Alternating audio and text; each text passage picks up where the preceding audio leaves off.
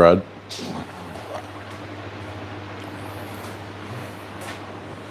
Matt, Paul, Joel. How are we all?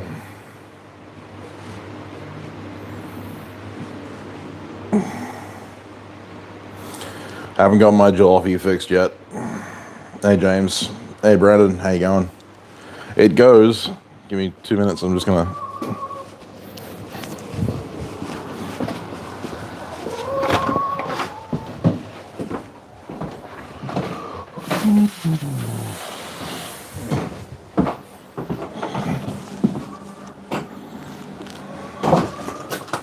There it is.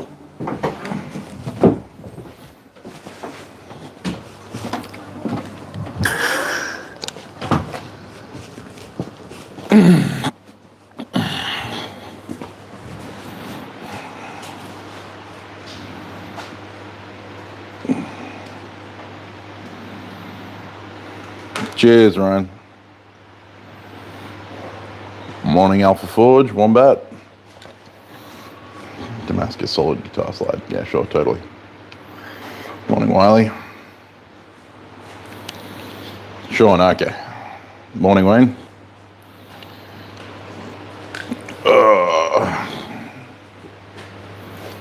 Morning, Bash.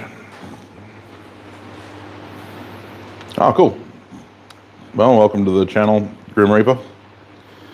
Man, I'm living on about 3 hours of sleep right now, so no guarantees on high energy Sam right now.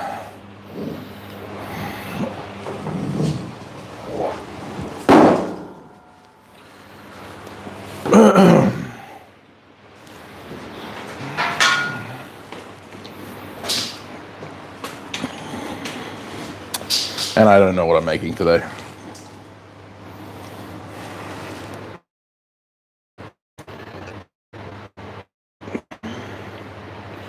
Taking ideas. Anyone who has an idea? How about a sword? Hell no. I'm not up for that much work. Not today.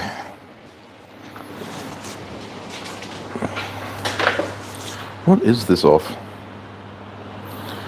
It's very concerning.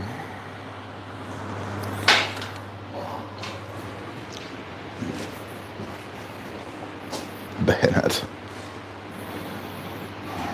It is good morning here, that's for sure. Talking on hamming design. Damascus quilting needle. There's a lot of requests for Damascus stuff. I have some Damascus. I'm not sure that I want to make a quilting needle though. Original recipe Coke with the energy. No, I'm not doing dolphin tongs. Yeah, no, I just had a really late night. Hey, Dead Rats. How you going? How you going, Ben? Yeah, no, I'm just surviving on very little sleep. And the sleep that I do have just, isn't very good right now. Sand my demo? Yeah, we can do that. Something I can do. What do I got there? I could sand my... I mean, I could do wrought iron, but yeah. That sounds like a bit of work.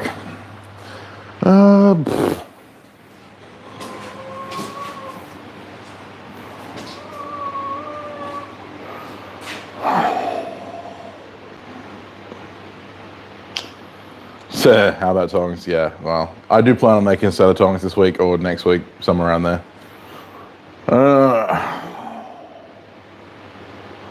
Hidden tank hunting knife. Well, if I do San Mai, then it'll probably be something like that. All right, let's go with San Mai. We'll just decide what material I'm going to use. Okay, important point for doing any kind of San Mai construction is to be aware of how fast each material moves under the hammer. So if you're doing wrought iron and high carbon steel, then you want to be sure that you're using thicker wrought iron than your high carbon, because the high carbon isn't going to move while the wrought does. But that being said, If you're making a small billet of San Mai, you want to use relatively thick material in order to avoid having the issue of the whole billet delaminating, because thin stock cools down faster than thick stock does. Tom's with your butt, yeah. Squeeze the chicken and make an egg. Do the swage block review. Nah, I gotta do a video on that, like proper video. The railroad spike. No, I've got plenty of railroad spikes. I could do that, but I'll pass. Okay. San Mai.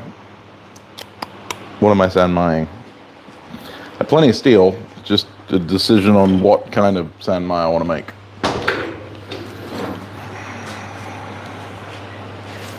And before anyone suggests stainless San Mai, I'm not doing it. I refuse. Not today.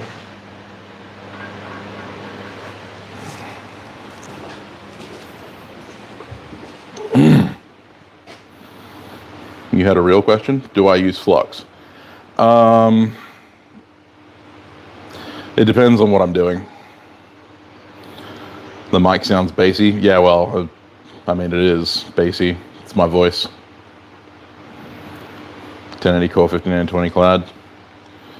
6011, 7018. No. This just flux up. Morning, Alex.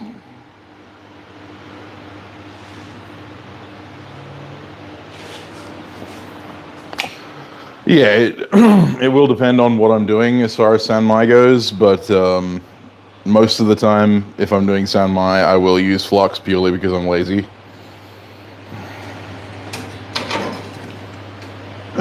Do I have any pieces of...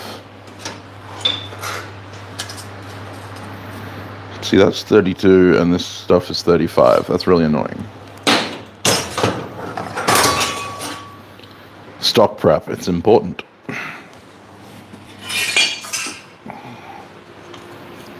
And this is 32, and that is 25, which is even worse.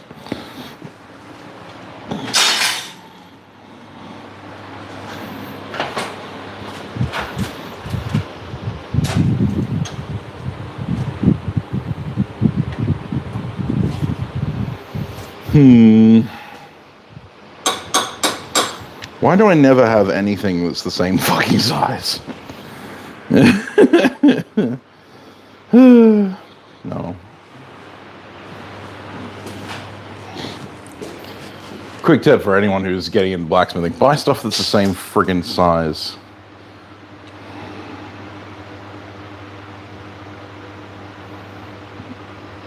Yes, getting the jacket too thin is definitely a problem, which is something I plan on discussing.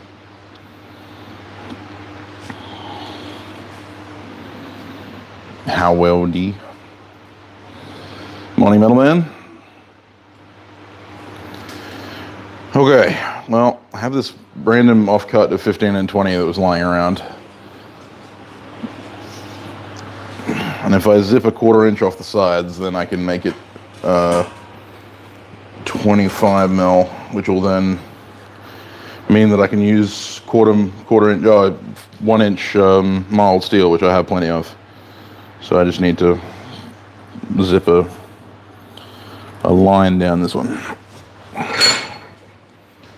Goggles.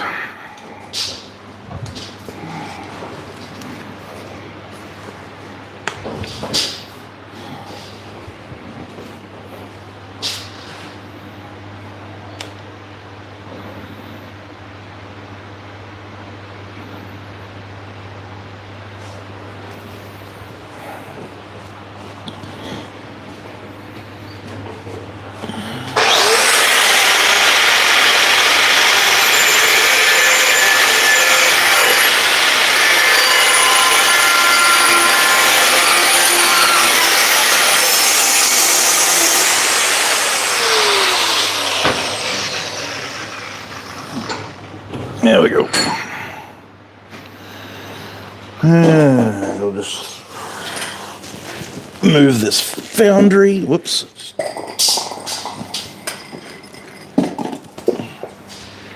Sorry, Andy.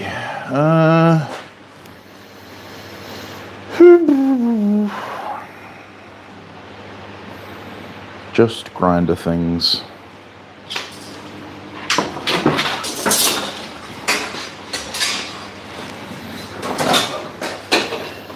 At least the glue's set on my backer, so I don't have to worry about the glass coming off the platen.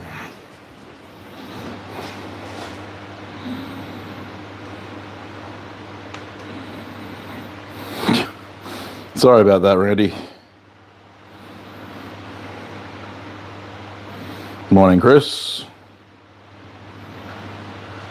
Yeah. Respirator is important for those people who care.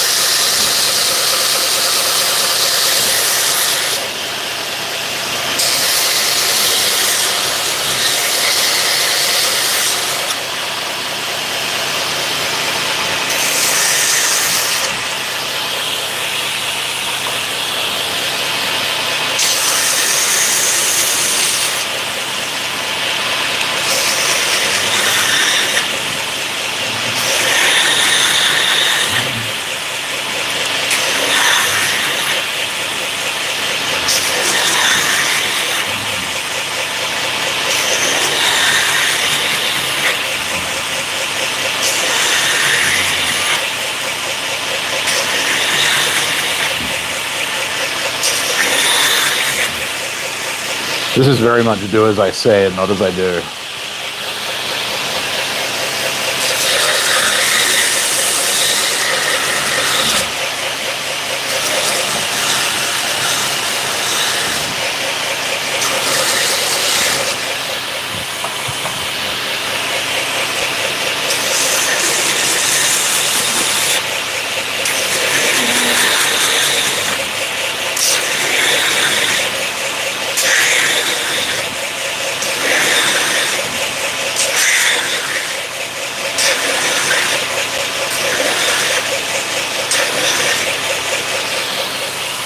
Yeah, look. Hopefully there won't be a bubble in my jacket. And that's not a euphemism. And I had that bar of 1/4-inch mild steel. Where is it?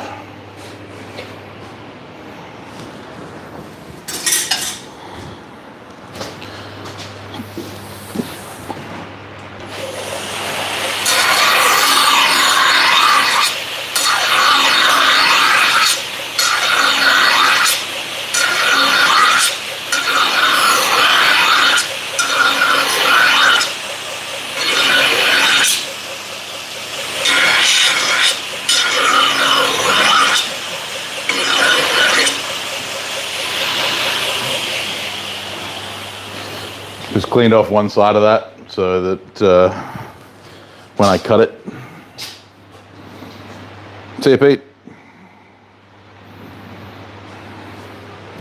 Yeah, glass platens are great. They minimize heat buildup behind the belt, which is good again for belt life, and also good for your fingers.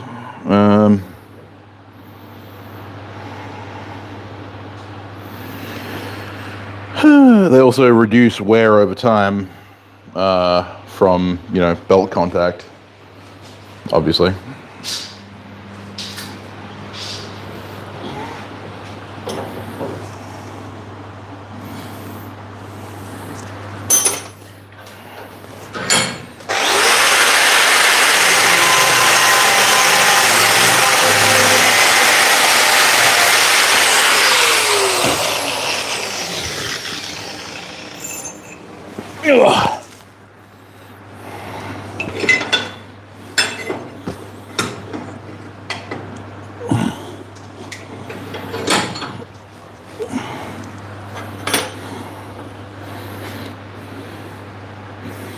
Make sure your surfaces are perfectly clean by wiping them off on your jeans or your shorts, as it may be.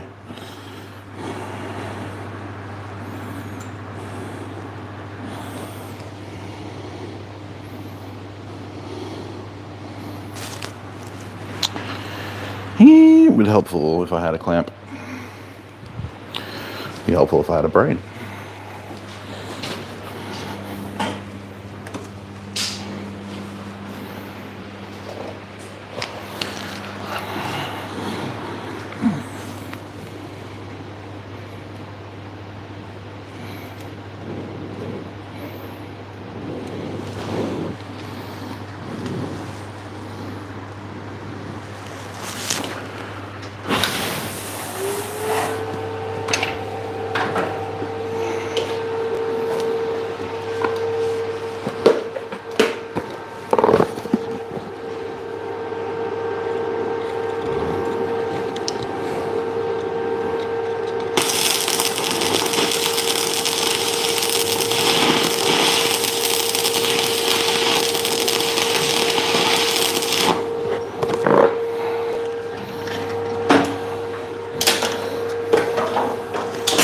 If you're using plastic clamps when welding, you'll want to, take those clamps off before the melt.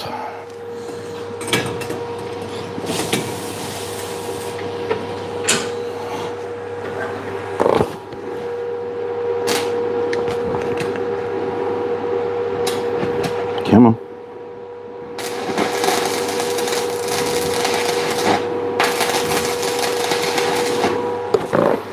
There we go. Can you not? Blew a nice hole in the wall.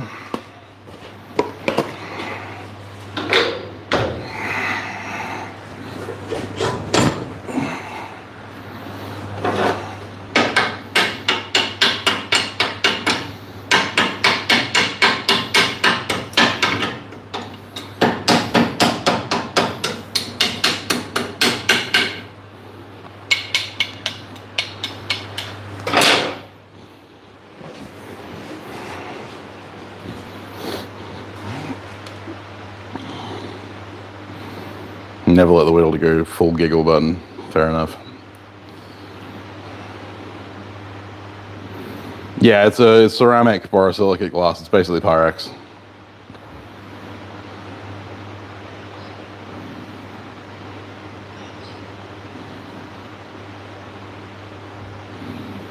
What's the best steel to use if you're doing a stock removal knife? That would depend on what kind of knife you're trying to make.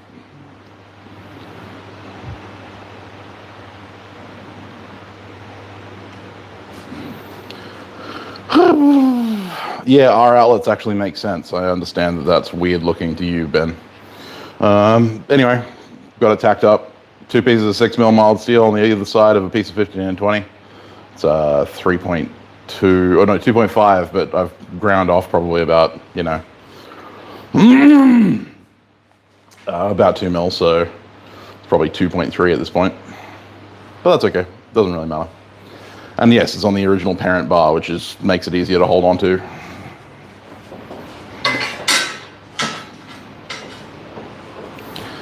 Doop-doo.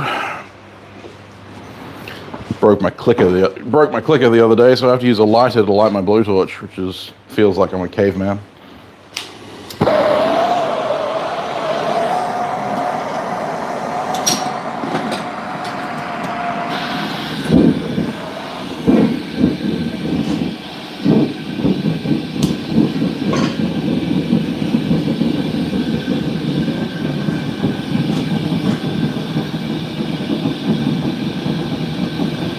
Whenever you want to, actually ignite, that would be nice.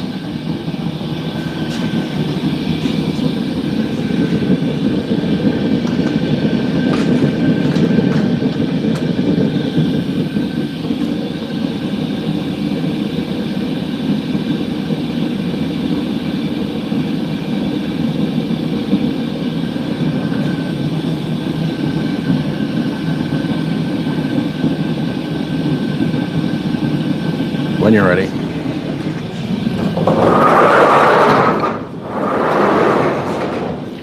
Welcome to Forging with Sam on Very Little Sleep, where no flux or fucks are given.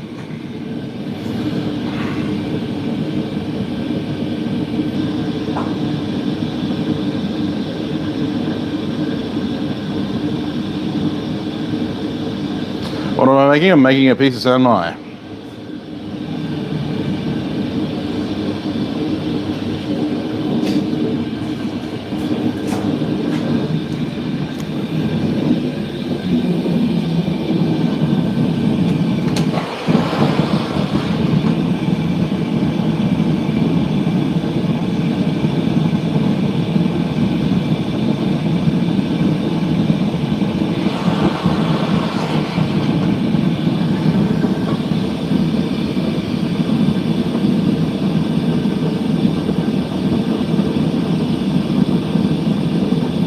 I've used my postbox forge and I've thrown so much borax in it now that I need to replace it.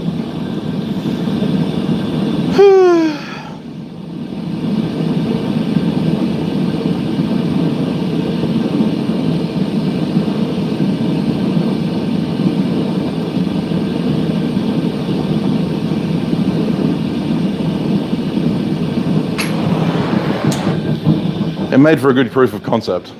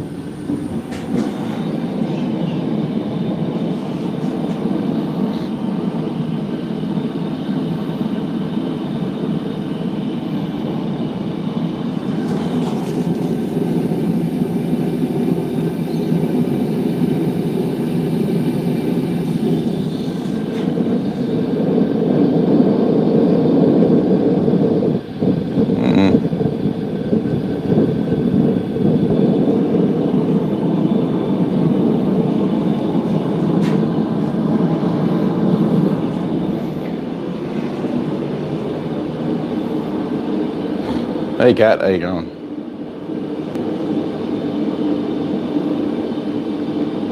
Nothing on the left sign.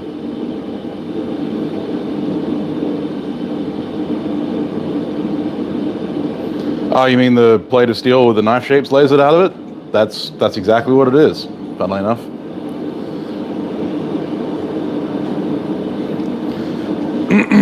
It's a plate of 52-100 that a friend of mine had a whole bunch of knives laser cut out of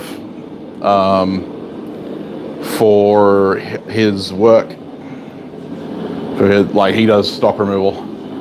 And when I was over his place, I looked at it and went, I could use some 52-100 and I can cut various random pieces out of it. So I asked him if I could take it. And it's basically just being cannibalized for small pieces to put into sand mine and stuff like that. I see Jake's in here as well. Hello.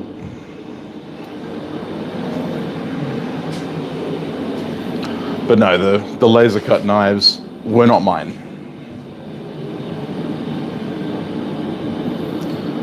Yes, technically, Joel. Technically, yes. According to the definitions thereof.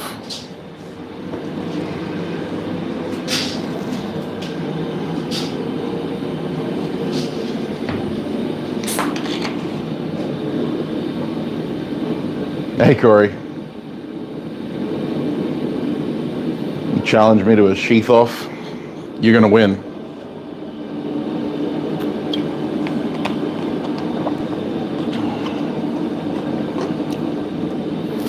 You went vegan for the day? I saw that, Wiley.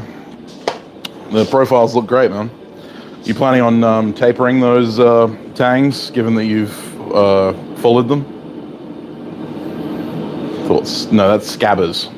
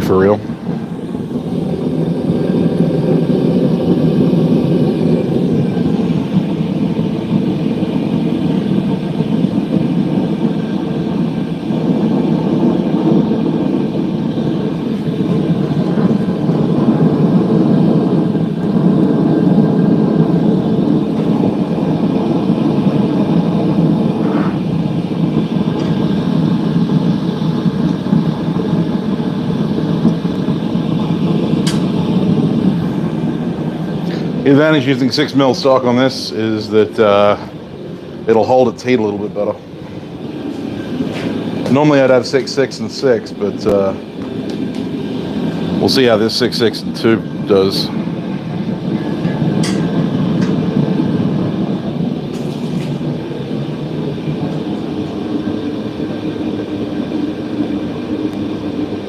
Scampy,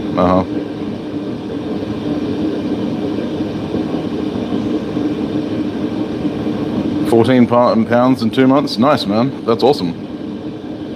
Tape in both directions. Nice. See you when you get back.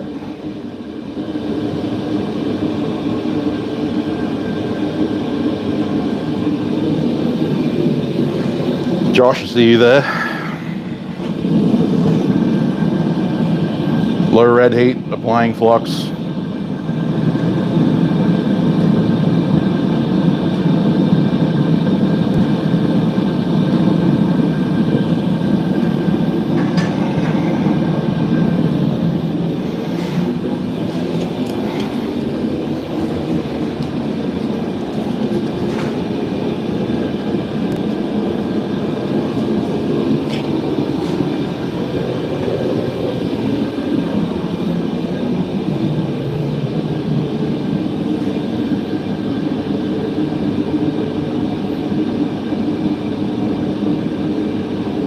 False autumn days, not quite yet, no. Hey Elijah, how you going?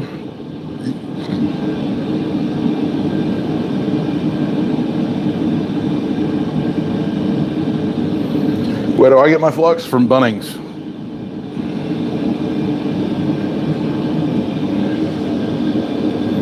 $8 a kilo, really not that hard.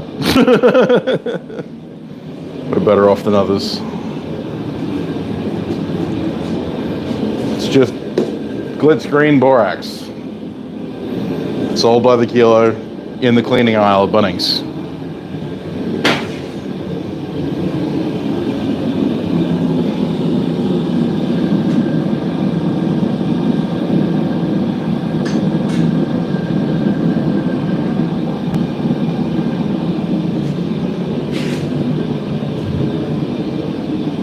Get Navy and get it for less, true enough. Perfect opportunity to start, Wiley. It's borax, yes.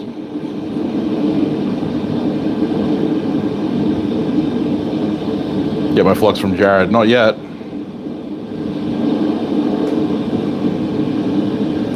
$20 mil team, yeah.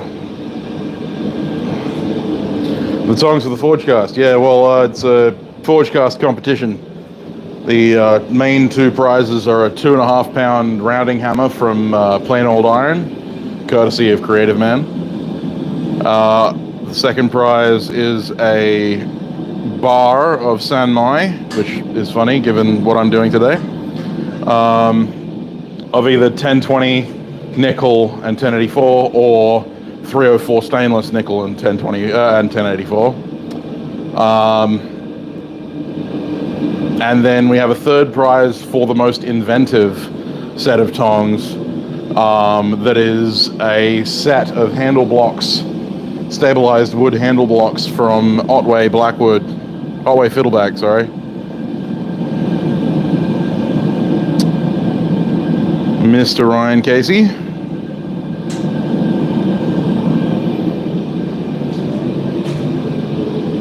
Who was in here a second ago.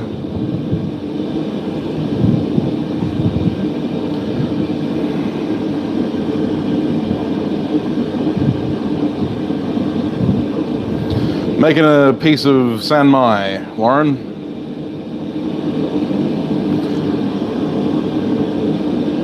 Mocha Megane. Yep, fair enough. But yeah, so basically we want you to focus on making functional tools that are also an art piece. It's not about making just a standard set of tongs. It's about pushing the limits of what a tong can be.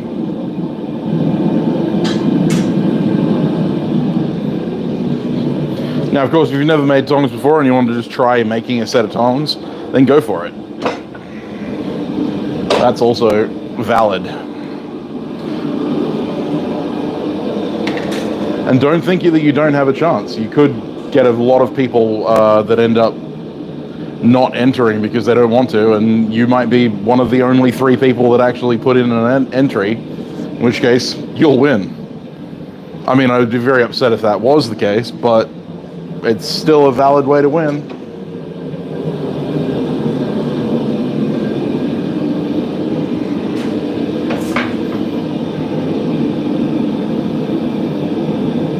Yes, you can submit your tong photos and stuff like that via email to ask.forgecast@gmail.com.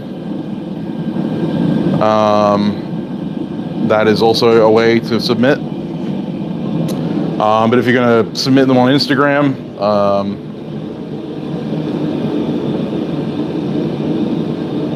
left extra material on your blanks for sculpting. Yeah, fair enough.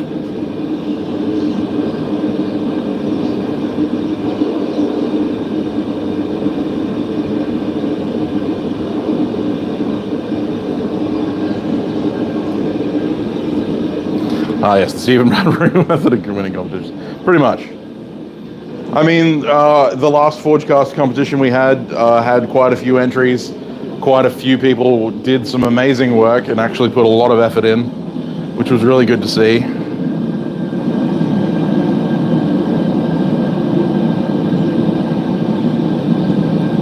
And I kind of want to see that repeated this year.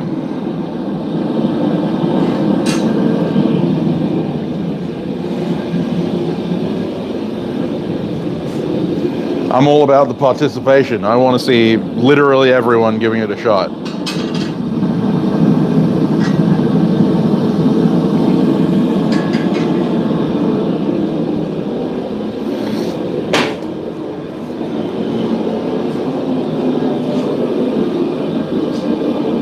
And that's the other thing, of course, Aaron, is that you can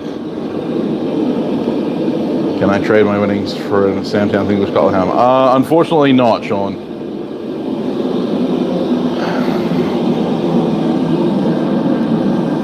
This one's sponsored by Creative Man and Otway Fiddleback, and I don't have the time nor the energy to be making more stuff that I'm going to give away. I'll be totally honest with you guys. I've been really struggling to find the energy to actually continue working on the shit that I'm supposed to be making. That I have had very little time for making stuff that I don't need to make.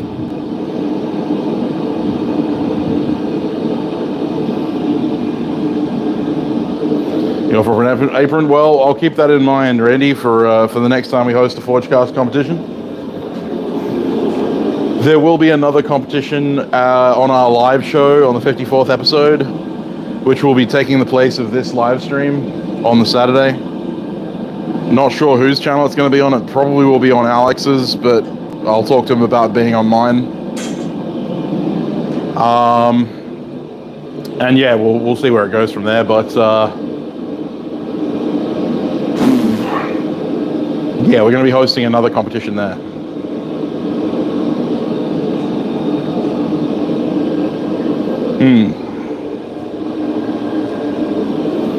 Approximately here, Randy.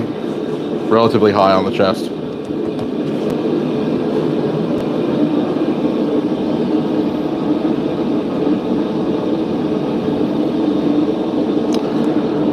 Low carbon, high chromium, nickel, steel.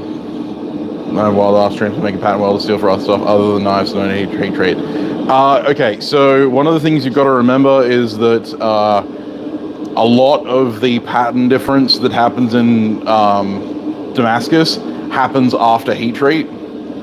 Like if you do a high nickel and a high carbon layering and then etch it when it's not hardened, the contrast will be very low, and it won't actually look that great. Never does.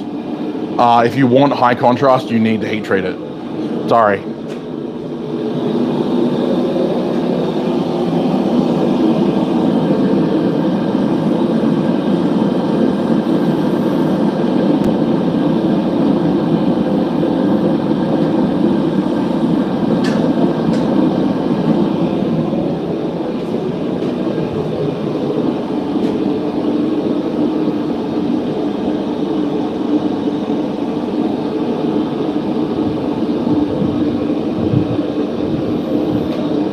Yeah, I mean, you could make stainless Damascus with 304 and 316 or 304 and 416. And you could, do that, make a stainless Damascus, but let me tell you right now, that ain't gonna be friggin' easy.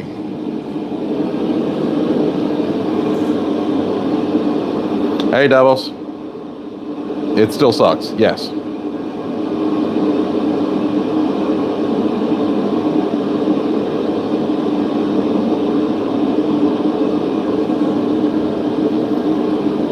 Yeah, well, it's pretty much any steel, and the reason for that is because ferric chloride and most acids attack the most reactive chemical in the alloy, right? So in steel, most of the time it's going to attack the carbon in the steel rather than the iron, because iron is actually, it's a relatively reactive chemical, but it's not as reactive as carbon. Carbon reacts with literally everything, including oxygen. So, I mean, iron reacts with it. You get what I mean. Anyway, the big thing is that what happens is you end up, when you heat treat, that carbon becomes crystalline in the iron, as I've discussed in various heat treating how-tos on my channel.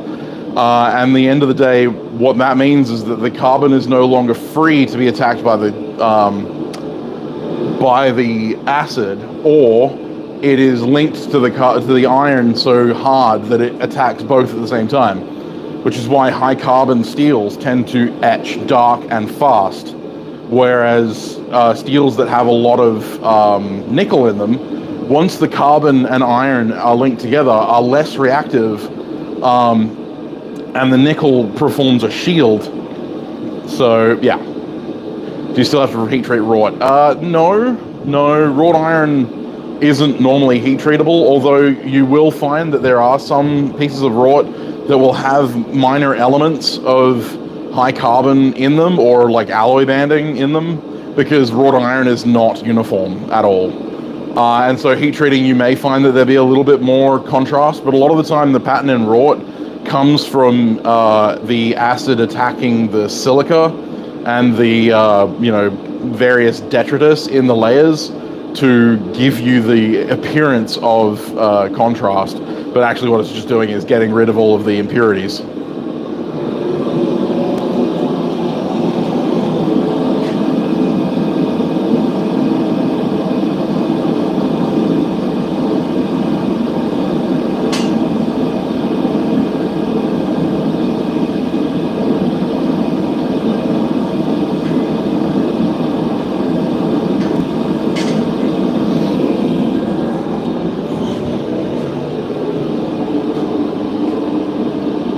Yes, silica is the thing.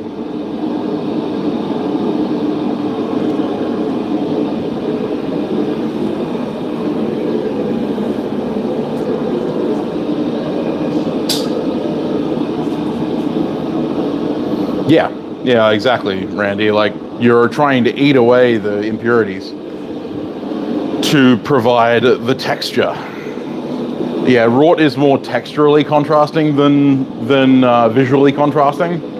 If you want visual contrast, you go for Damascus, because you can etch for depth and then blacken the high carbon or high manganese steels using a coffee etch, or using bloody hell, drain cleaner.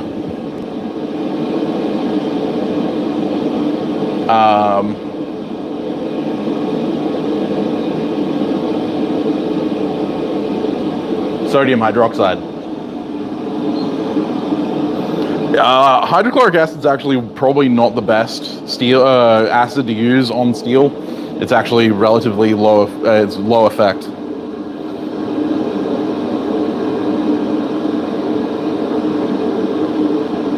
Hey Paul, how you going? Yeah, so oxalic and muriatic hydrochloric aren't actually very good acids for steel. And the main reason for that is because they can't really differentiate between the two. Yeah, no, when I say drain cleaner, I mean the basic version, which is, it's I can't remember the friggin' name, but anyway, it's sodium hydroxide.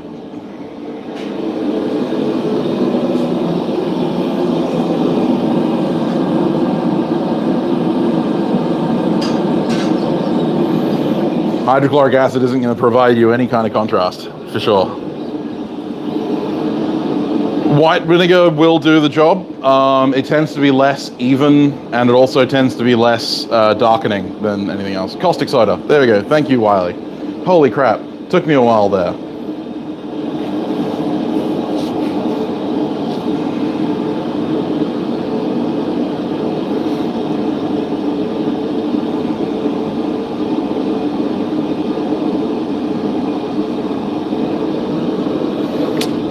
Diluted ammonia, yeah. So hydrochloric acid, one of the problems with using hydrochloric acid as an etchant is it actually doesn't work on iron-based things very well. Like it doesn't work on them very quickly, even when heated. And it tends to attack everything evenly, so it doesn't provide as even, it doesn't provide as contrasting of an etch, so you don't get as much height differential out of a hydrochloric acid etch than you will out of a ferric chloride etch, for instance, because ferric chloride immediately attacks the iron elements within the acid, within it, which is why we use ferric chloride, because it's specifically designed for iron. Well, actually, it also etches, chemically etches non-ferrous metals as well. Don't stick copper in your ferric chloride, because otherwise you'll coat literally everything that you put in there that's iron in copper.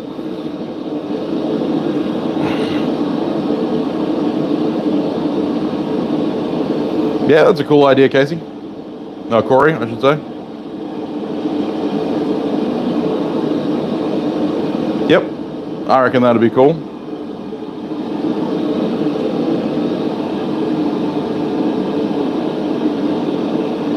%by volume sulfuric acid and vinegar to increase the effectiveness of it. Yeah, it works. At the end of the day, I use vinegar for removing scale. I normally do like a 24-hour soak in that to get rid of scale on stuff that I'm going to grind. Or stuff that I want to leave the forged texture on the surface but want to clean off the scale. But at the end of the day, ferric chloride is always going to be a better answer to etching than pretty much any other chemical out there. And then when I come to darkening, I'll use coffee, a very strong coffee etch, in order to provide the darkening aspect, because it's the most effective that I've found. But I have heard and seen caustic soda do a very good job of darkening dark steel in, or the low steels, the manganese and the high carbon steels in Damascus. So, yeah. Vinegar is great if you have no ferric, but ferric's always going to be better.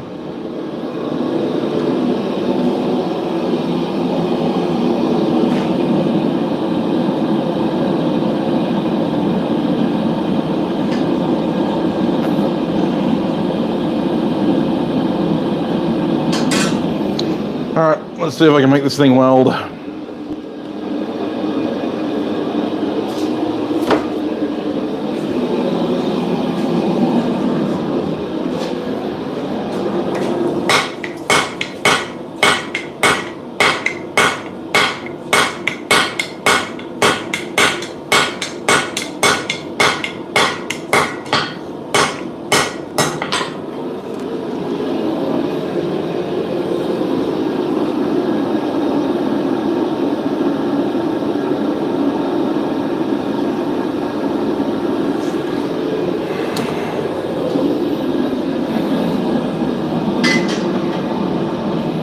We shall see. Hey, Neil.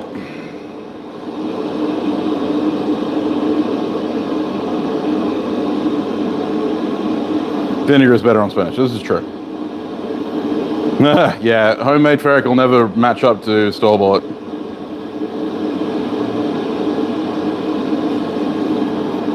Making some sand mine.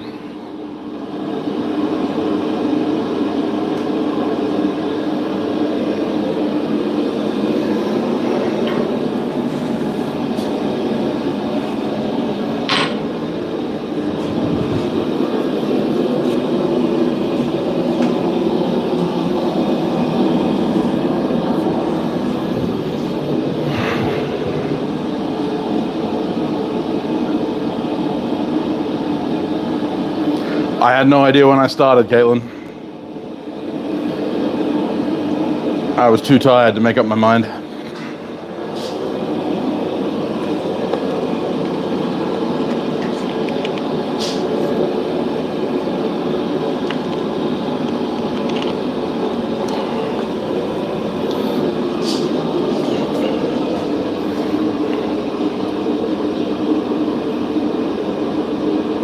Drop in before the game. Fair enough, enjoy your game.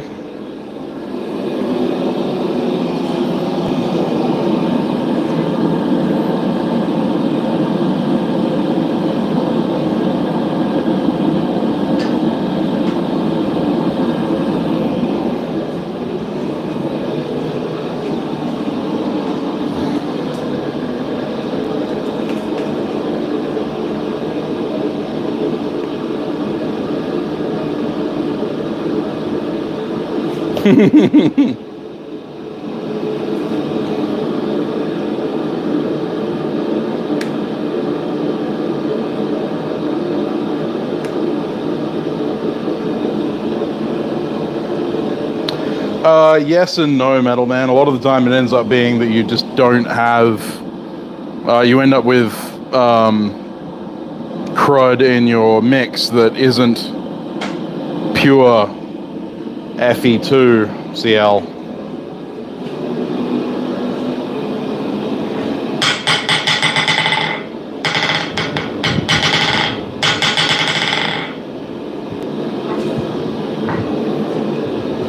Does Australia have a national bird? We do. The emu.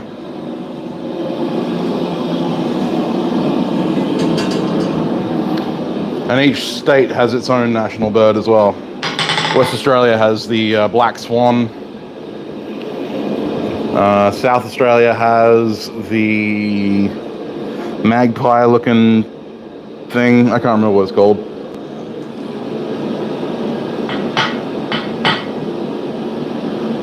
Planning on trying for JS next year. Nice.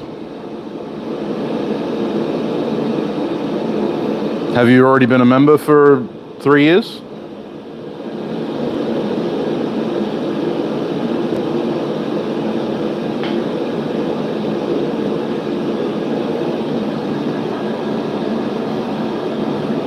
Oh, nice.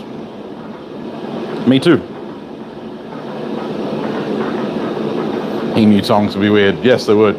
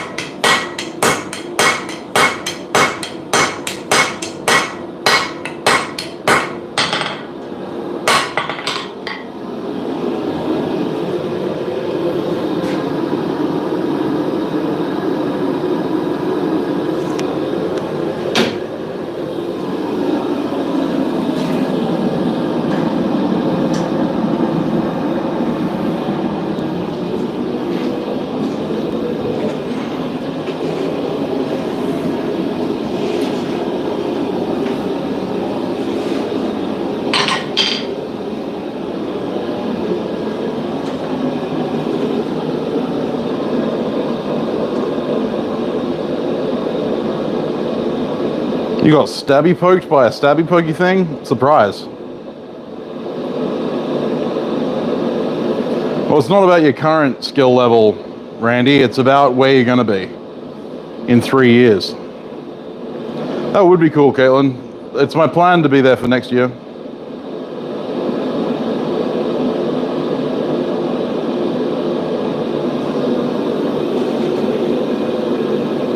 Dalton the kangaroo, no idea.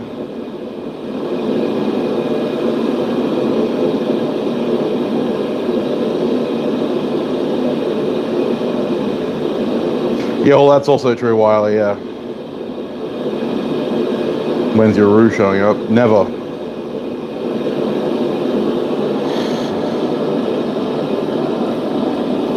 Yeah, my advice is join now. And think about when you're going to be ready for it when you get there.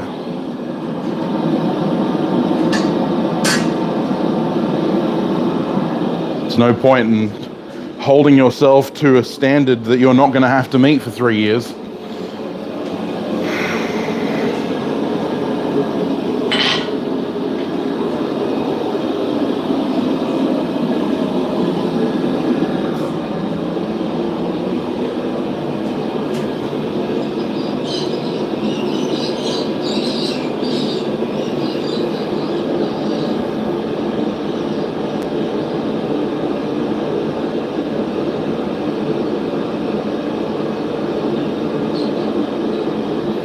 Skills to pick up in the meantime. Well, learning to swing a hammer is important, and you really can't trade experience in swinging a hammer for anything else.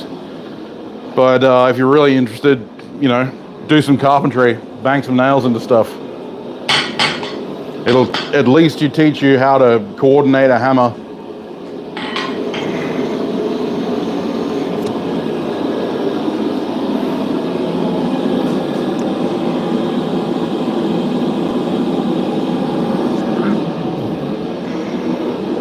Learn to sink a 10-penny nail in 2 strikes. If you can do that, then you can hit pretty hard and accurate.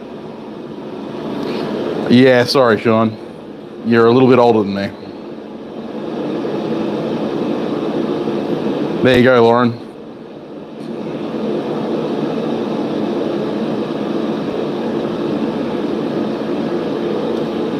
Well, see, the thing is, I would join the ABS, then do the intro course, because then you only need 2 years before you can go for your JS.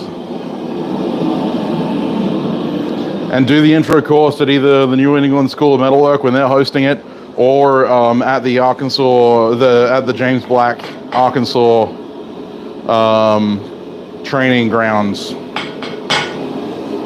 Because, yeah. Once you've done that, you've only got 2 years. And that's always hosted by a mastersmith, so.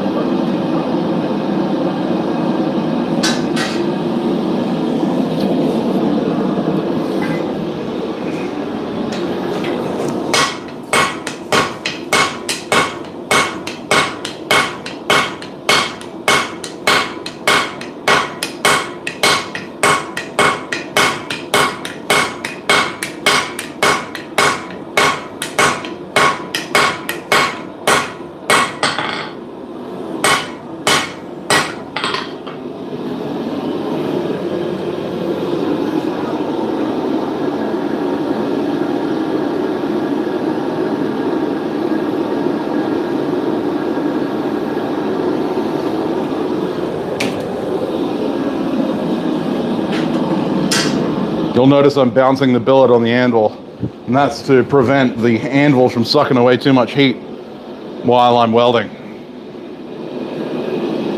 Leaves, nails, J-hooks, bottle openers, that kind of stuff. Exactly right.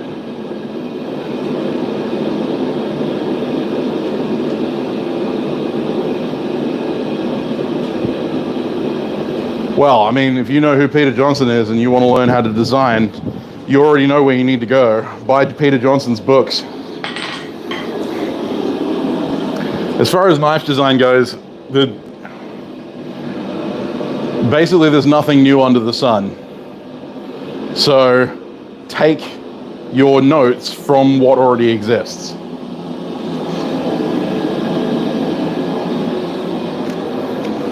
Take your measurements from what already exists.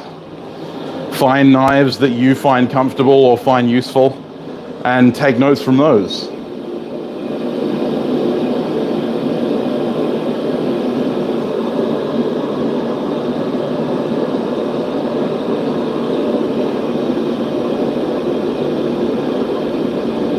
Bill Moran, the legend himself.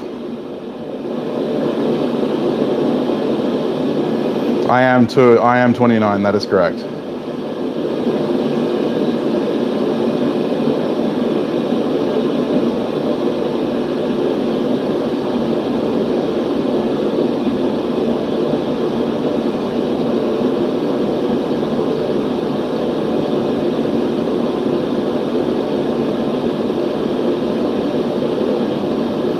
What's the Aussie equivalent to a 1030 nail?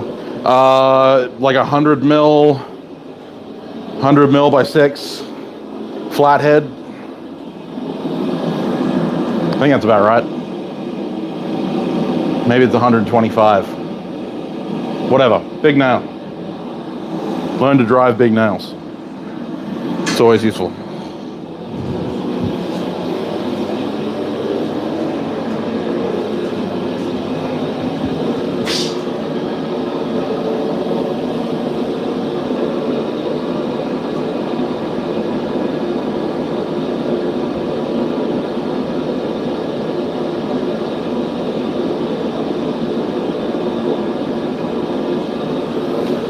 Yeah, there are plenty of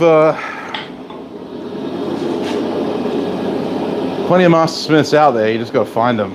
But like I said, if you want to make the class you do useful for your ABS journey, do the introduction to bladesmithing that is hosted by the ABS, because then it'll actually count towards your 3 years, and you'll actually only have to do 2.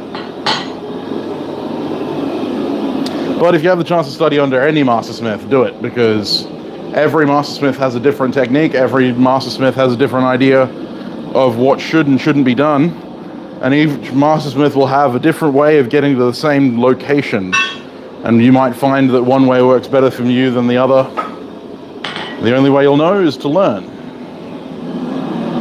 That's why I tell people that you should not only learn bladesmithing from me, or from Alex, or from David Lish, or from Jerry Fisk, or Jay Nielsen, anyone. At the end of the day, if you're only learning from one source, you're not really learning.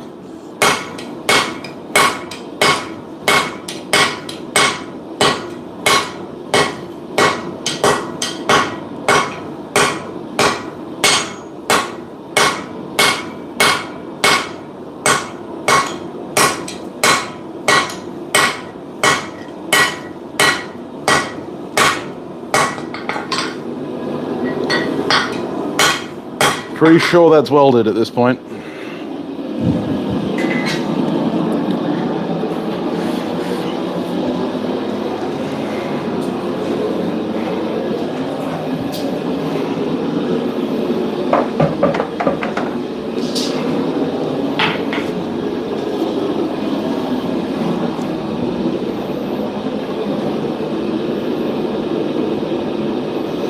Yes, he has been killing the Instagram name, that's correct.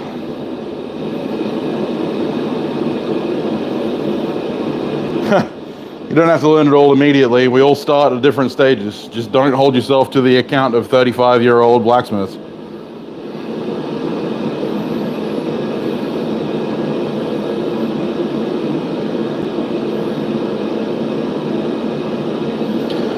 Well, you know, I don't know if that's true, Caitlin, but at the end of the day, it doesn't matter who's better than you.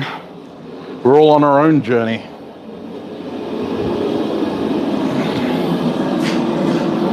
There will always be someone better than you. Kyle Royer and I are the same age.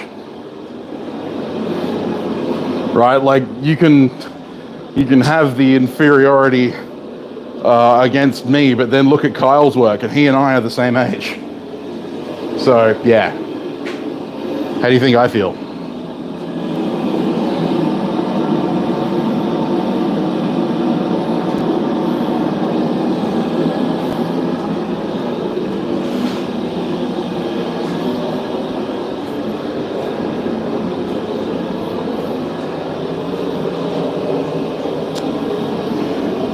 Kyle made Mastersmith the year that I picked up a hammer.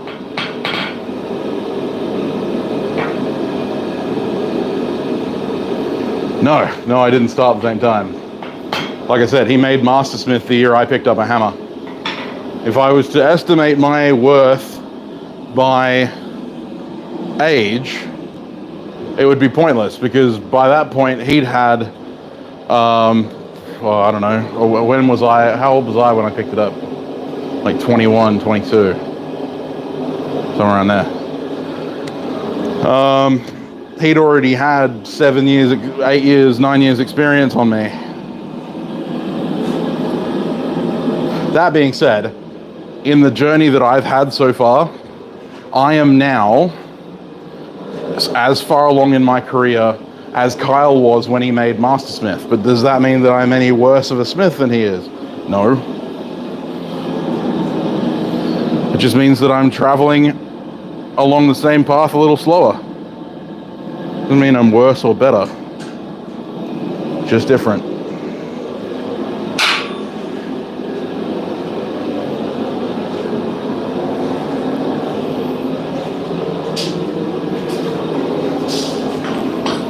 We spend too much time comparing ourselves to others. It's a good way to never be happy.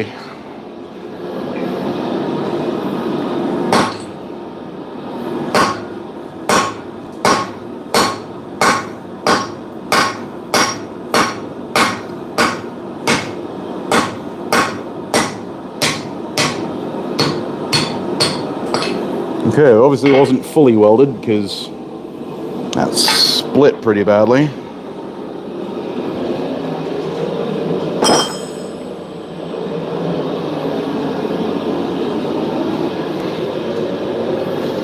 That's okay. More flux. More hammering.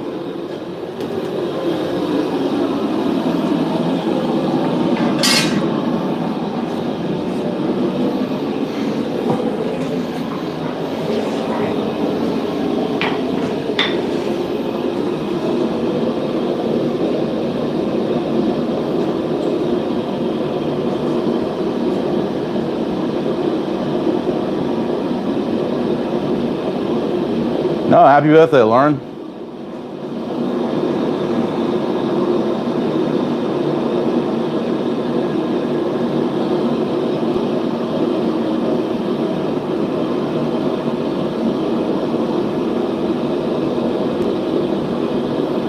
Easy to say, harder to practice. Exactly. The one big thing, the one downfall that I find in pretty much everyone, including myself, is not pushing boundaries, is not pushing the envelope. Kyle got to Mastersmith at the age of 22 because he kept pushing as hard as he possibly could to make the best knife he possibly could. He decided that he was totally capable of doing a Mastersmith level work. He just needed to practice at it.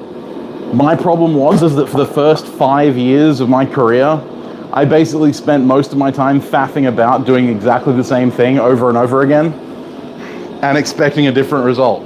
The definition of an insanity. Hey Strickland, how you going?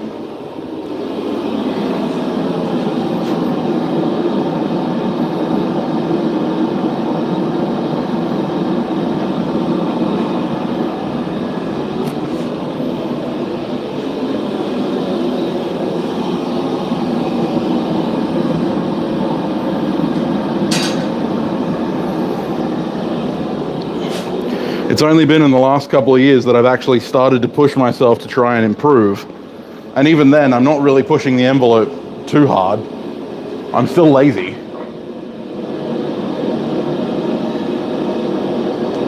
Exactly right, Wayne.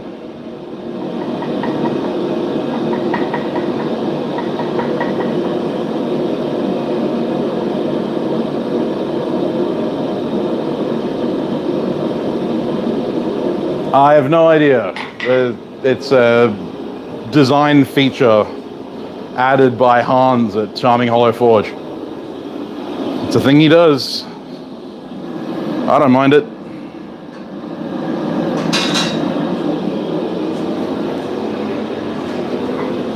Doesn't hurt the hammer in any way.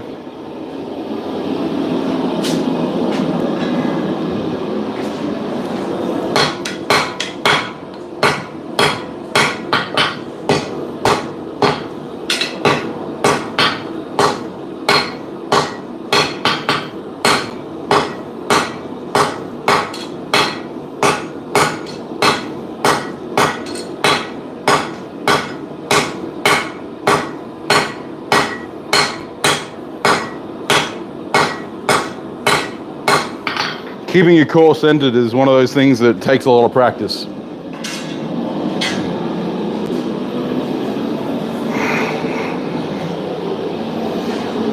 It's better to start the point when the thing is really thick and then thin it down than try and then try and point it when it's already thin.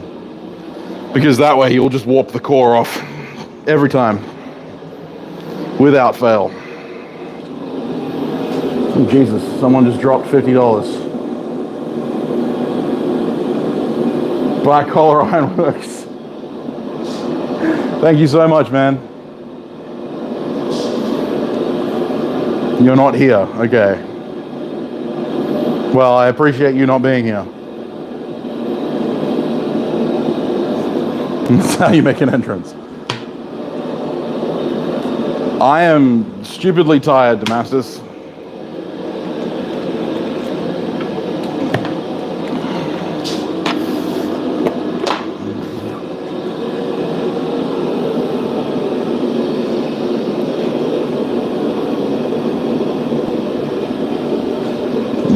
Hi, Alex.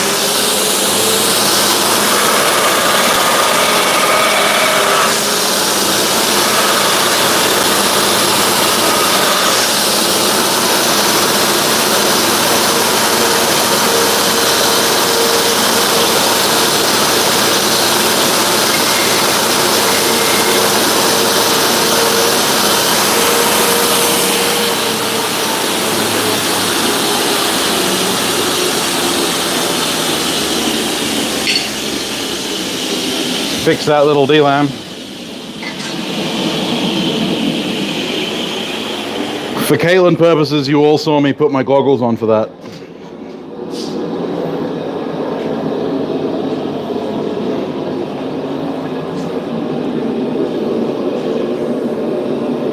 I love my hand hammer.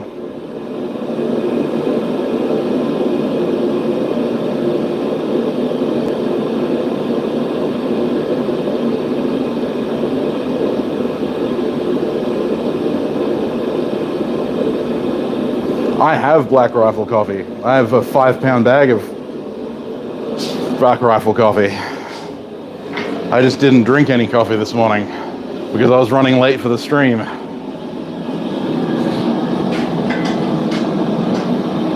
And I'm not sure that any kind of coffee is going to help me at this point in the morning. I am just fucking tired.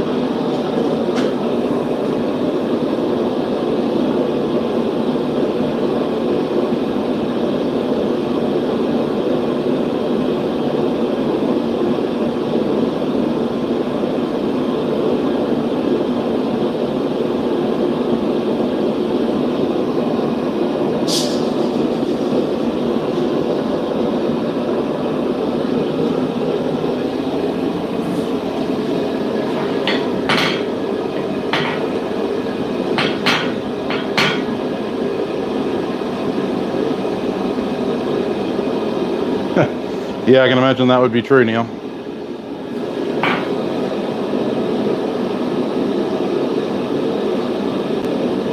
My thyroids, yeah, they're a little low, but nothing to write home about. Honestly, it's just the fact that I only had 3 hours of sleep. And that's on me being at my friggin' dad's place until like 1 o'clock in the morning and then coming home and not being able to go to bed. Because I just wasn't tired.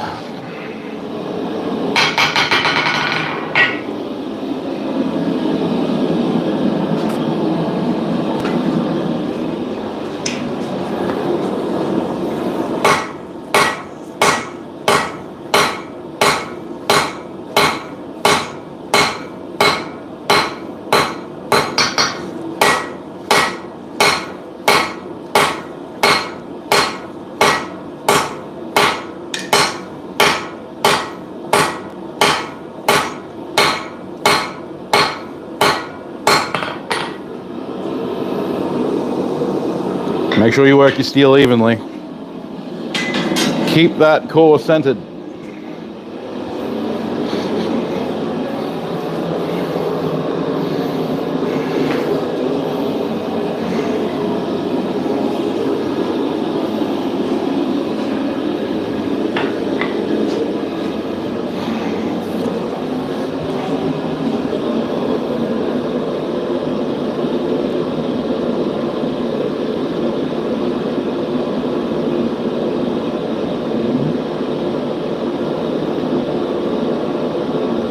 Working on some sand mine, Rodney.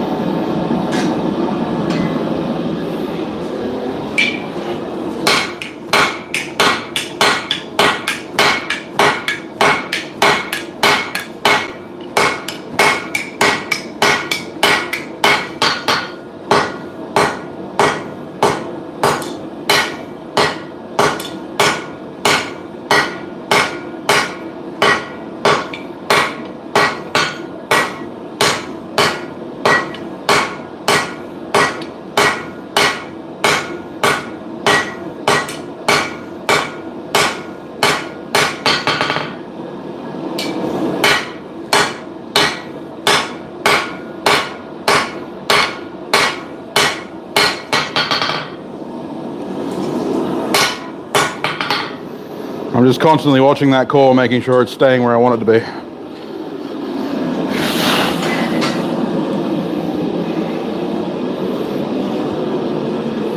See you, Davos.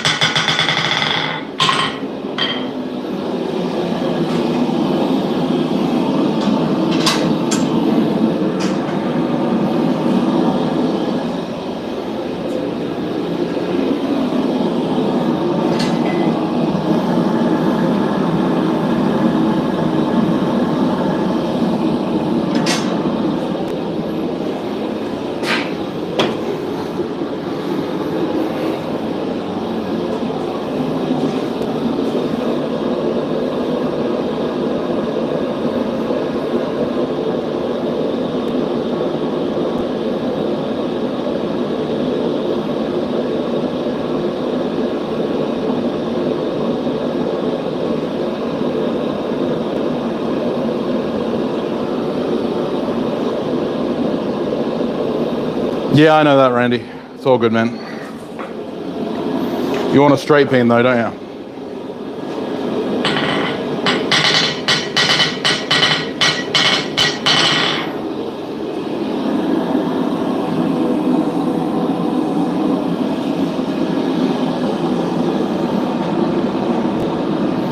Here soon I'm going to have to start making a bunch of hammers for the knife show, so I'll get around to forging it then.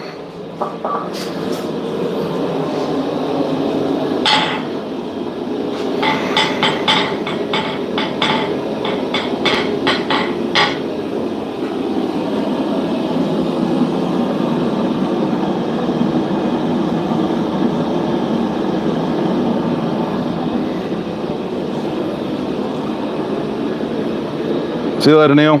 Have a good one, mate.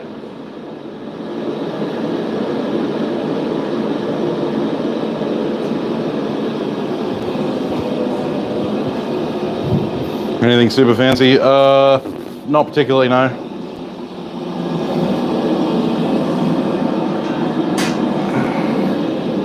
I'm not pushing myself too hard this year, especially because there's no guarantee that the Perth knife show will go ahead anyway, so putting too much effort in is going to be a little bit freaking silly if I find myself not having a show to go to.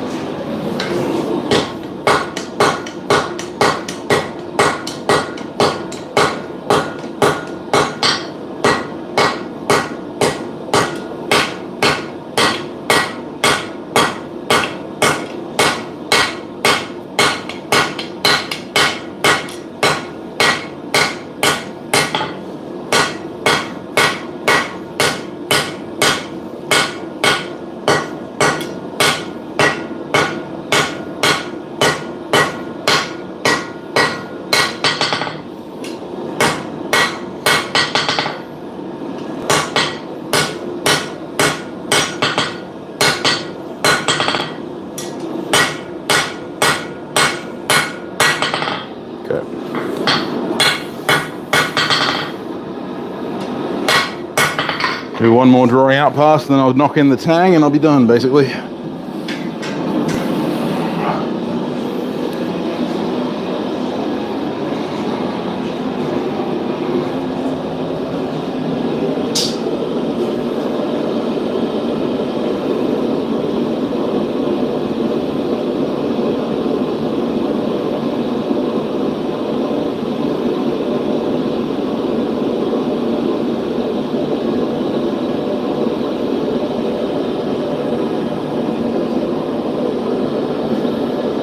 Yeah, I use 4140, and I have a whole bunch of 1045 now to make some hammers. I also have a whole bunch of wrought iron that I can make hammers out of, that I do plan on making some hammers out of. I want to get at least one of the swords finished before I go to the show. So this sword will probably be finished by then, if I pull my finger out.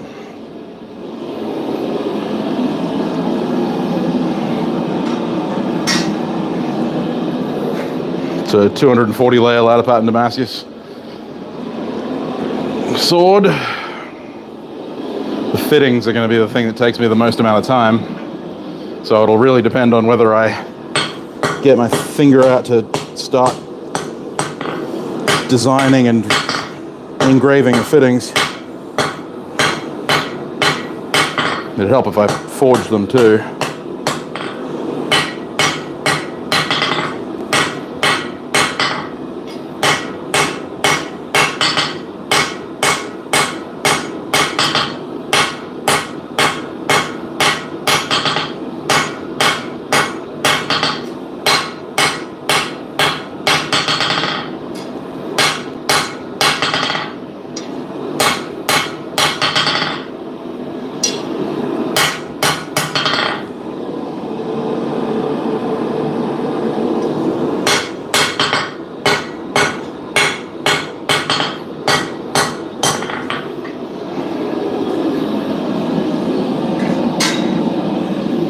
Just refining that distal taper, and then I can flip it around and cut in the tang.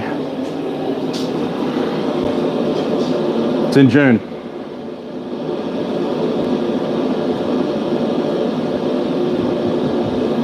See you later, Josh.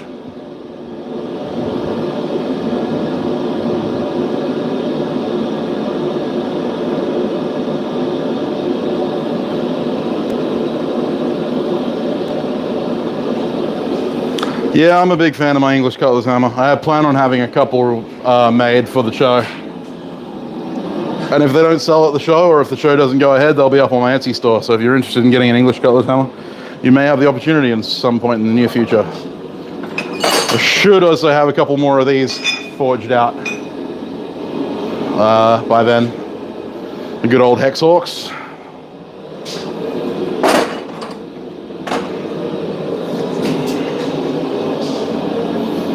Always a fan favorite.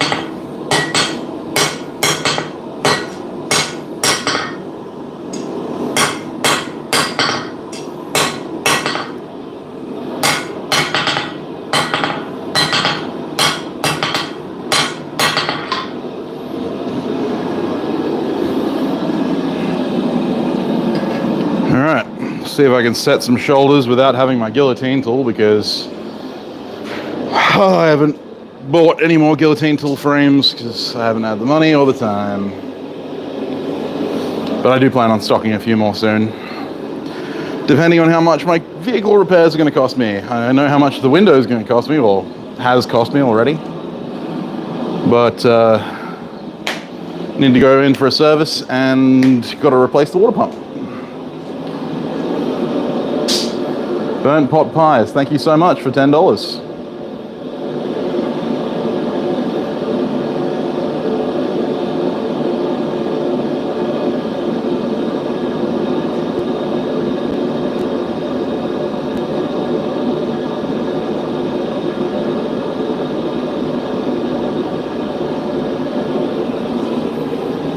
Thanks for the super chat. I haven't seen you here before, but thank you very much.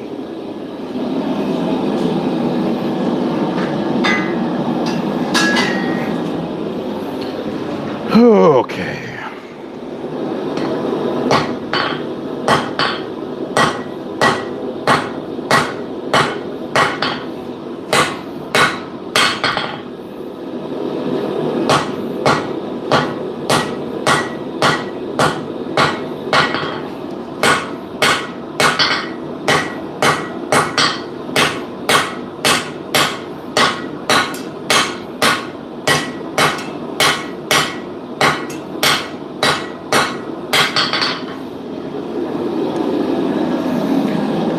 Dress out the blade just a little bit more, because I utterly failed at cutting in those shoulders.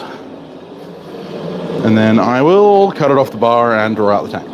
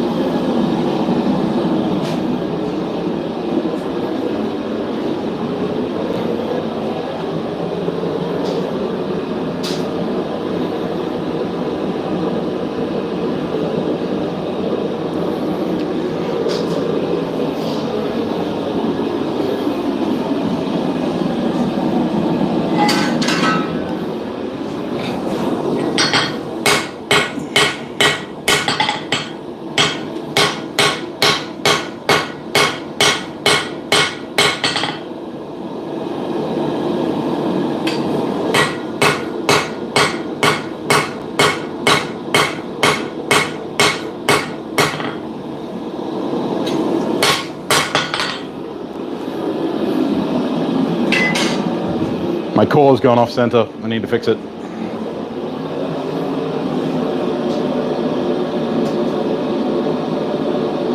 Definitely not black.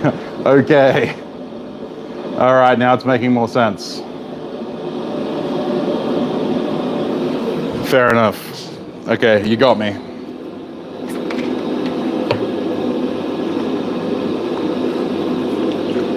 Should have looked at the user icon. Thank you very much, Black Collar Ironworks, who is not here.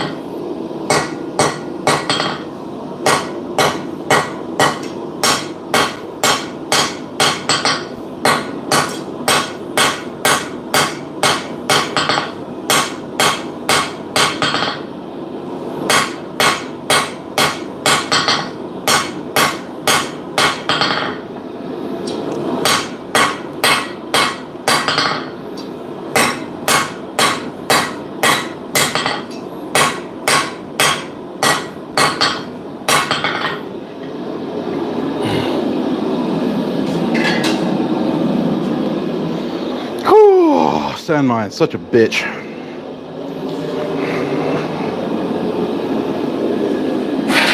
Hey, Biggie. You wanna come say hi? Come on.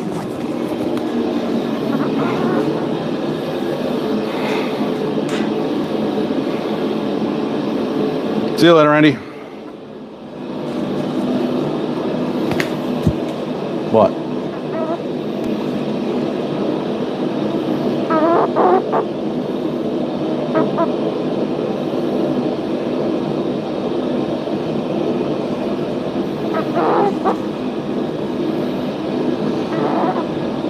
What? Is that you? Is that you?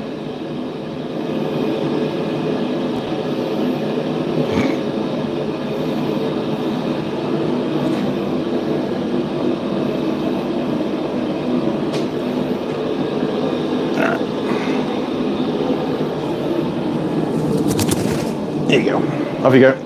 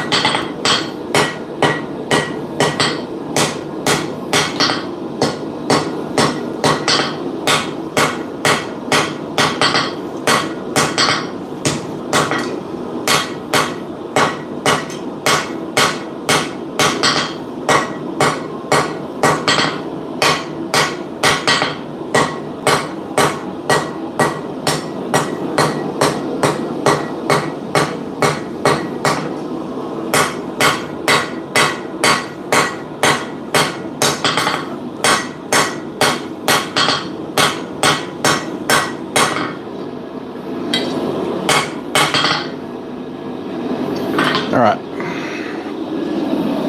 Now I can clip it off the bar. Took my damn time.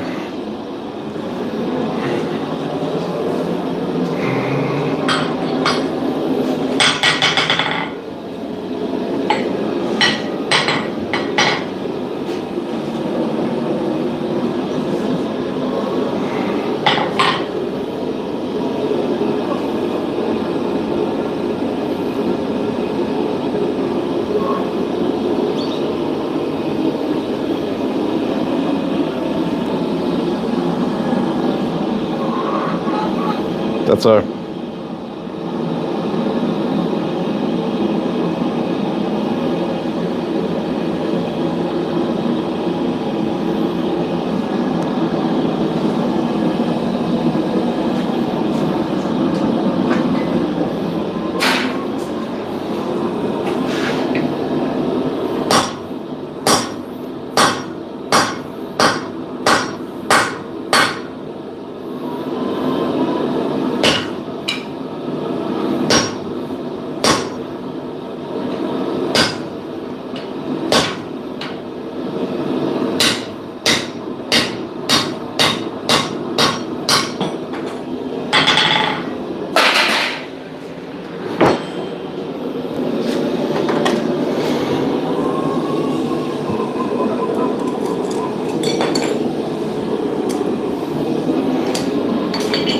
well, it didn't work.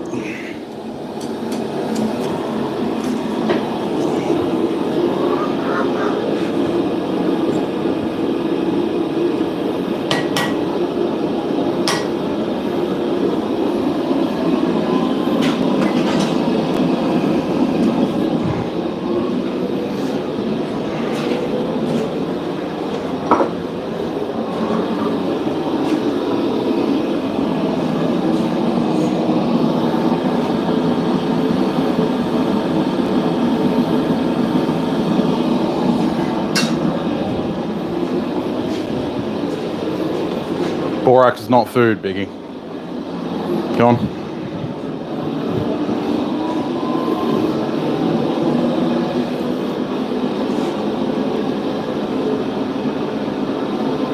No, not black hole either. Yeah, sure, totally.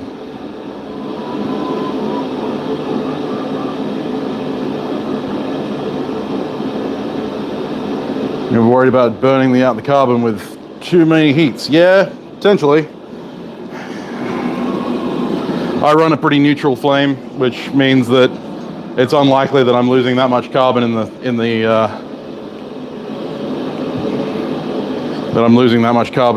steel. And besides, the outside jacket is mild steel, so if I lose carbon in that, I don't really care.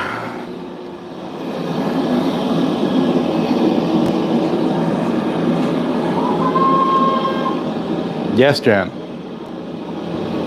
You have announced your entrance. Well done. I believe they can hear you.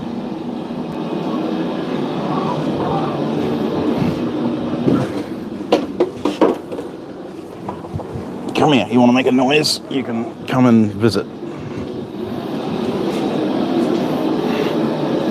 Every one of my chickens likes being held differently. She doesn't like to stand. She likes to be cradled.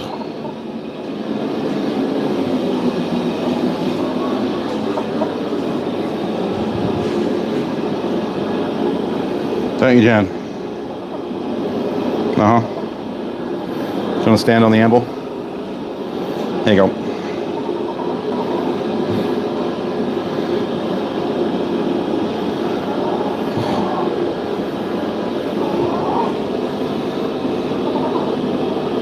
What? I haven't got anything.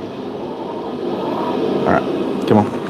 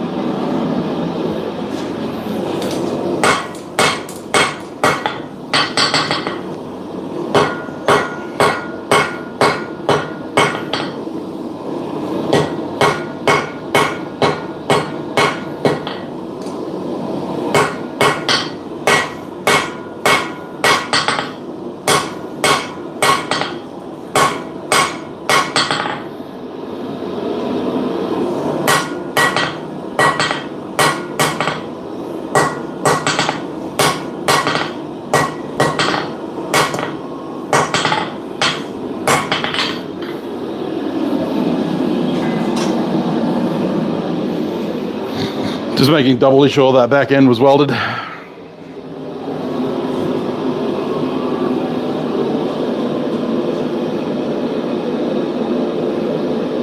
Fried chicken with scale on the crust? Absolutely.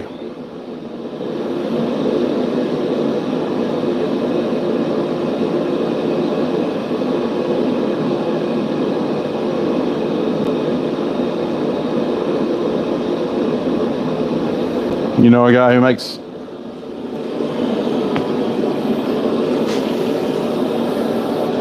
setting up for hidden tank. I know a guy who adds carbon to steel. He's a pretty good dude. Though for some reason, every time he ships me something, it ships via Taiwan.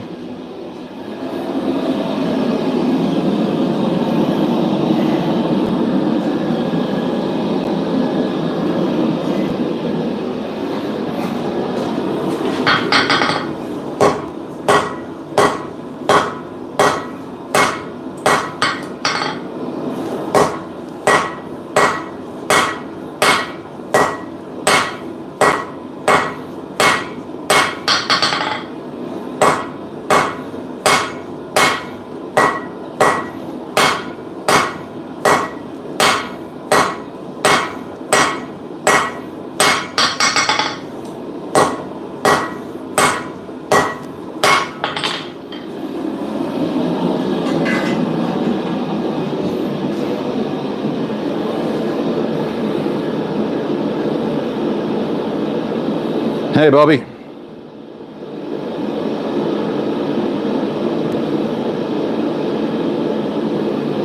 Hey, Baron. How you going?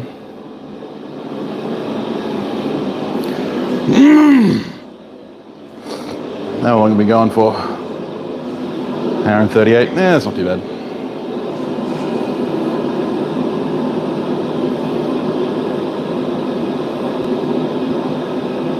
Out for delivery in Taiwan. Yeah, well, that's not coming home.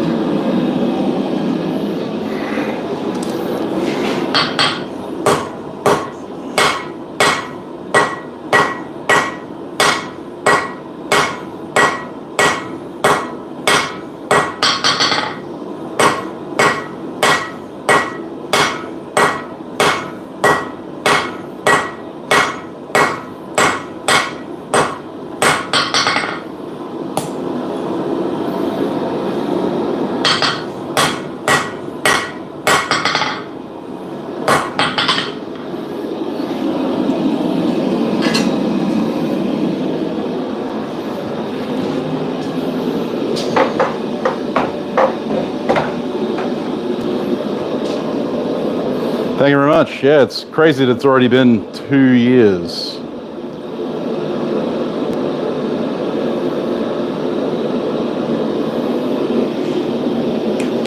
For those of you who don't know, Otway Fiddleback is Radipotamus. And you can thank him for his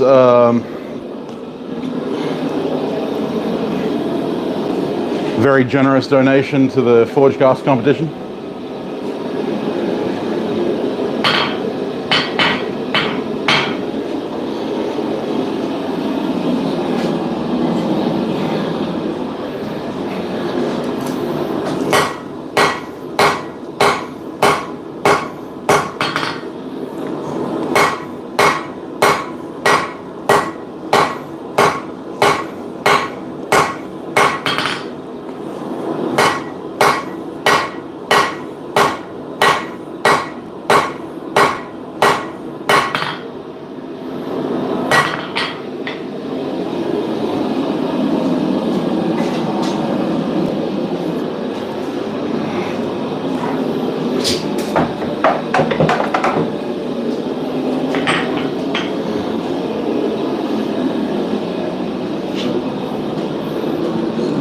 Hey Crawford, how you going?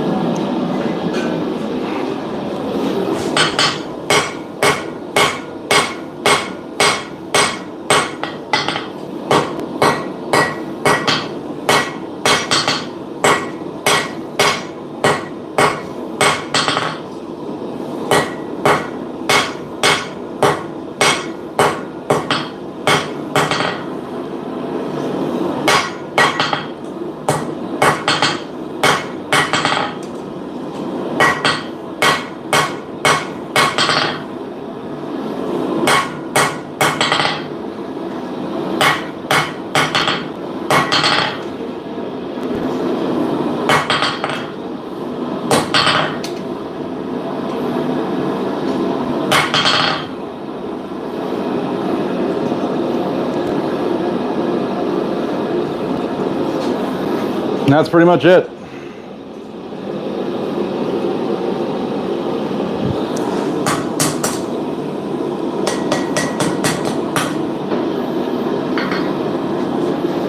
That is pretty much it.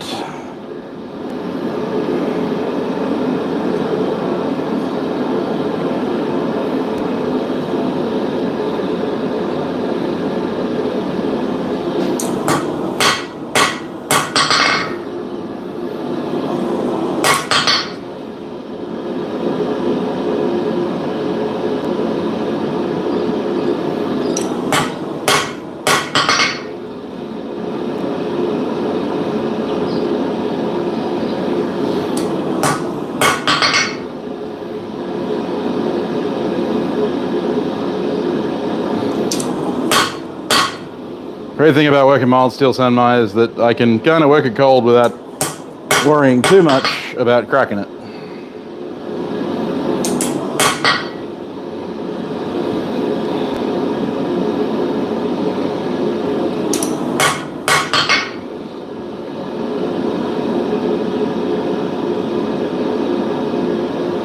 And I'm not trying to straighten up the whole blade, I'm just trying to straighten up the core.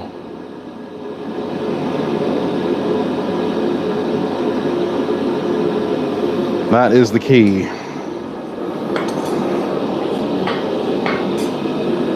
Thank you so much, Metal Man.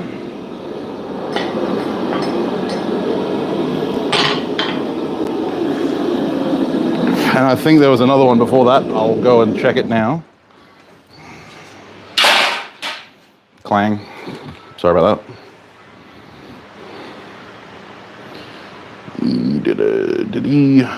Oh, again, Black Collar Army.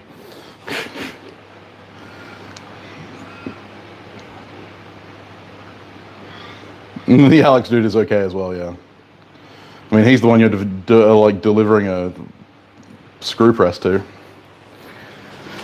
All right, so yeah, that was pretty much it. Now, obviously, when you're making sanmai, one of the things to keep in mind is that if you forge bevels on it, you are more than likely going to lose your core. You're going to push the core over to one side and have a bad day. Now, I did push the core over a little bit on the edge. This side, it's come this way, but it's thick enough that I don't think I need to worry too much. The key is to work both sides evenly, flipping it back and forth, which was something I didn't do in the first welding heats. And when you're first welding it, if you're not welding from both sides, you're going to be mashing that mild steel quite a bit, because while welding temperature, you can end up with quite a bit of movement. But yeah, this is a Scandinavian-ish profile. It's probably about 1/4 of an inch thick at here and about like 1/8 of an inch here. So yeah, it's not a bad profile. I like it. I like this kind of profile. You can see that there are, well, hopefully you can see, it's going to be hard to see, but there are no weld seams along anywhere of the edge of the blade, none of the tang either. The only place where the weld shows is right here at the end, where that's actually where the weld was to the original bar, the tacks, and I really don't care. I'm going to grind that off anyway. But yeah, pretty simple sanmai, all done by hand. Mild steel on the outside, 15 and 20 in the middle. This one will probably get ground the same way as I did that feather pattern Damascus one that I did a while back, that's going to end up getting sent to Jim when I get around to etching it. But yeah, there you go. Sorry I haven't been as high energy as usual. Yeah, I'm just really tired. I'm not sure if you can tell, but you should be able to tell. Yeah, and hopefully this blade will be available for the knife show, depending on whether or not the core stays where it's supposed to be and whether the weld's held up properly. But yeah, see what happens. It's a friggin' Sean. Sean, you do realize that's like 2 months of Patreon, right? I need to etch that knife I sent you. You sent me? Which knife? You mean the rasp core? What thickness do you shoot for in final dimensions on the Puko? So the spine can be anywhere up to 1/4 of an inch thick, depending on the height. So normally I'm going for about 4 millimeters, which is like a little bit less than 3/16 at the spine, and normally about a 3/4 of 3/4 of an inch high, maybe a little bit more, and they go to a 0 edge. So you guys are insane. I really appreciate it. You didn't want to show up the other guy. Well, that's okay, because the other guy donated like several times over the space of the stream under different names, although he'll deny it, I'm sure.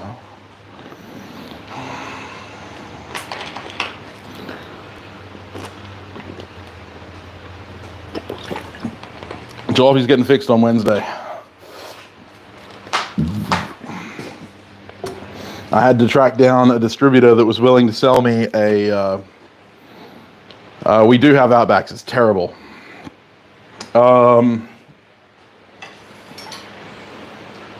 I had to track down a distributor that was willing to sell me a rear windshield for less than $1,100.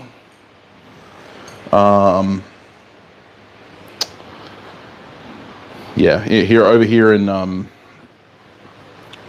WA, all of the rear windshields for my car specifically were $1,100 just for the rear windshield, not fitted. They were like $1,400 fitted.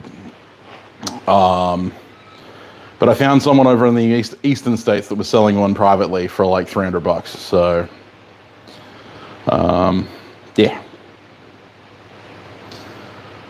And that arrived in the mail yesterday. So, just got to fit that up, and then I got to take it to the mechanics and get it all fixed, and lots of fun stuff. So anyway, this week's video is going to be, funnily enough, how to forge a hidden tang knife.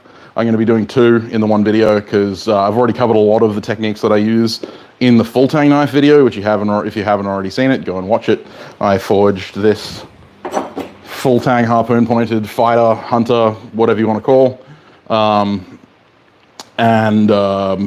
Yeah, I did the profiling on camera for my patrons. My patrons got to see how I profile a forged blank, but yeah, this is how it ended up. Yeah, so I'll be doing a hidden tang, or 2 different hidden tangs, a Scandinavian style hidden tang and a European or Western style, more American style hidden tang, in the same format. I'll be doing voiceover and close-ups and all that kind of stuff. Hopefully it'll come out all right.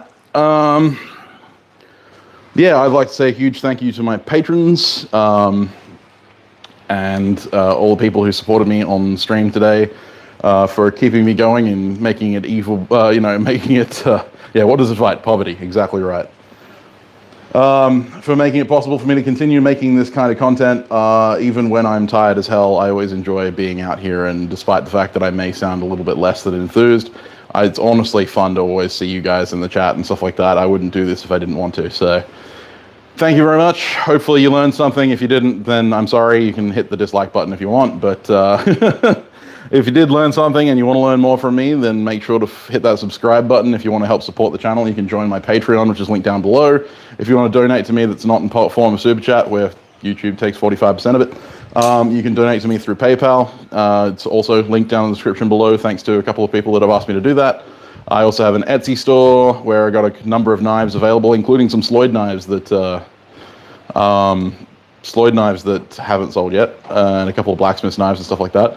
So if you're interested in that, go over there. And I have merch as well, including Forgecast merch. So if you're interested in the Forgecast and want some Forgecast stickers or mugs or whatever, go over to my or Alex's Valhalla Ironworks Etsy store, Redbubble store, and find us there. So anyway, I'm going to jump off. I'm going to go lay down. And apparently my phone wants to end the stream anyway. Anyway, bye guys.